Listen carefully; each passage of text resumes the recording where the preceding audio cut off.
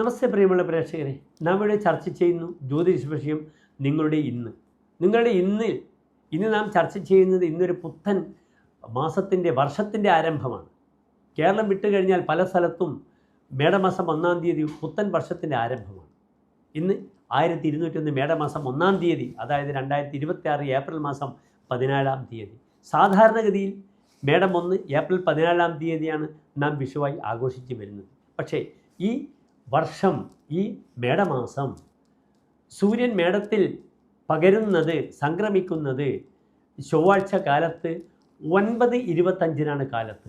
അതുകൊണ്ടാണ് മേടം 2-ാം തീയതി ഏപ്രിൽ 15-ാം തീയതി വിഷുവായി മലയാളികളൊക്കെ ആഘോഷിക്കുന്നത്. പല സ്ഥലത്തും 1-ാം തീയതി തന്നെ വിഷുവിൻ്റെ ആ പ്രാമുഖ്യത്തിനൊക്കെ പ്രാധാന്യം കൊടുക്കാറുണ്ട്. അതിനാൽ വിഷുക്കണിയുമൊക്കെ മേടം 2-ാം തീയതിയാണ്. നമുക്ക് അതിൻ്റെ ആരംഭം തലേദിവസം രാത്രി തന്നെ എൻ്റെ പ്രിയപ്പെട്ട പ്രേക്ഷകർക്ക് ഇന്ന് രാത്രി തന്നെ ഒരുക്കി വെക്കാം. ഇന്ന് ചൊവ്വാഴ്ച തൃശ്ശൂർ സൂര്യോദയം കാലത്ത് 6:18, അസ്തമയം വൈകിട്ട് 6:32. ഇന്നത്തെ രാഹുകാലം നിങ്ങൾക്ക് ഏവർക്കും അറിയാം. രാഹുകാലം ഉച്ചയ്ക്ക് ശേഷം 3 മുതൽ 4:30 വരെയുള്ള സമയമാകുന്നു. ഇന്നത്തെ നക്ഷത്രം ചതയം നക്ഷത്രമാണ്. ഒരു മാസത്തിൻ്റെ ആരംഭത്തിൽ ചതയം വളരെ നല്ലൊരു നക്ഷത്രമായി നമുക്ക് കാണാം. കാരണം ശുഭകാര്യങ്ങൾക്കൊക്കെ നാം സ്വീകരിക്കുന്നു. ഇന്നത്തെ തിഥി ചന്ദ്രൻ വളരെ ദുർബലമായി വരികയാണ്. കറുത്തപക്ഷത്തിലെ ദ്വാദശി തിഥിയാണ്. എൻ്റെ പ്രിയപ്പെട്ട പ്രേക്ഷകർക്ക് ഇന്ന് വിശേഷപ്പെട്ട ഒരു മാസത്തിൻ്റെ ആരംഭമല്ലേ, എന്തെങ്കിലും കാര്യങ്ങളൊക്കെ ചെയ്യണമെങ്കിൽ ഏറ്റവും അനുകൂലമായി കാലത്ത് 10:15 മുതൽ 11:20 വരെയുള്ള സമയം ശുഭകാര്യങ്ങൾക്കായി സ്വീകരിക്കാവുന്നതാണ്. നല്ല കാലഹോരയാണ്.